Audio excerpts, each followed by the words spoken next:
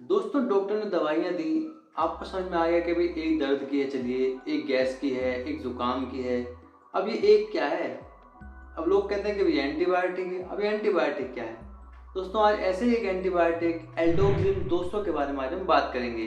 दोस्तों मेरा नाम है आकाश, आप देख रहे हैं आकाश पाराशर इन्फॉर्मेशन यूट्यूब चैनल। आज का इन्फॉर्मेशन वीडियो होगा एल्डोक्सिन 200 टैबलेट के बारे में। दोस्तों एल्डोक्सिन 200 टैबलेट एल्डर कंपनी का एक प्रोडक्ट है जिसके अंदर सिफैक्सिन 200 mg मौजूद है। सिफैक्सिन 200 mg इसका सॉल्ट है। दोस्तों एल्डोक्सिन 200 mg एक एंटीबायोटिक टैबलेट है जिसका इस्तेमाल विभिन्न प्रकार के बैक्टीरिया से होने वाले संक्रमण के इलाज के लिए किया जाता है। दोस्तों आसान भाषा में अगर मैं कहूँ भी, अगर किसी को बैक्टीरिया की वजह से कोई इन्फेक्शन हो गया है शरीर में, तो उसका जो इलाज है उसे ठीक करने के लिए एल्डोक्सिन 200 टैबलेट का इस्तेमाल किया जाता है। जैसे कि भी किसी को बुखार हो गया बैक्टीरिया के चलते, बैक्टीरिया को इन्फेक्शन हो गया, या फिर किसी को ज़ुकाम हो गया है, किसी को साइनस की कोई समस्या हो गई है, या फिर गले में टॉन्सिल की कोई समस्या हो गई है, या हो सकता है कि भाई किसी को निमोनिया बन गया है, फेफड़े बैक्टीरिया से इन्फेक्ट हो गए हैं, वहाँ निमोनिया बन गया, तो उसके लिए एल्डोक्सिन 200 टैबलेट का इस्तेमाल किया जा सकता है। साथ ही में मान लीजिए किसी को किडनी में कोई बैक्टीरियल इन्फेक्शन हो गया है, किडनी में समस्या हो रही है, तो वहाँ पर इसका इस्तेमाल किया जा सकता है।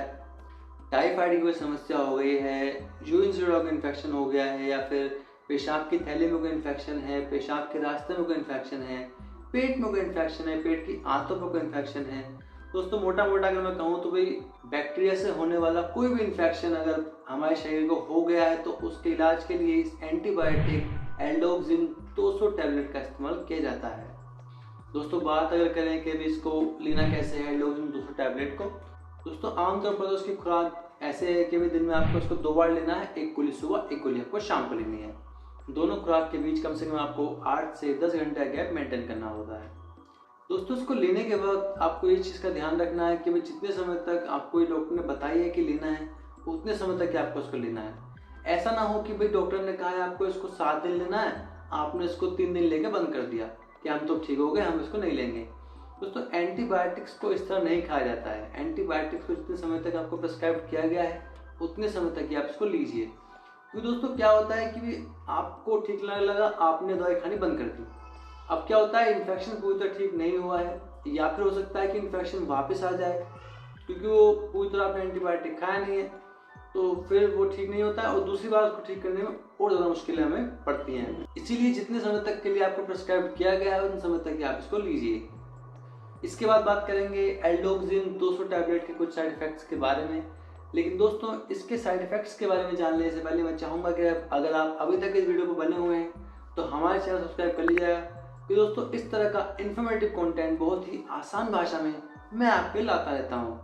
दोस्तों बात अगर करें एल्डोक्सिन 200 टैबलेट के कुछ कॉमन साइड इफेक्ट्स के बारे में, तो भाई ऐसा है कि भाई मतली की समस्या हो सकती है, पेट में दर्द वगैरह हो सकता है, सर दर्द या फिर दस्त लग सकते हैं, अपच की समस्या हो सकती है, उल्टी की समस्या क्या हो सकती है।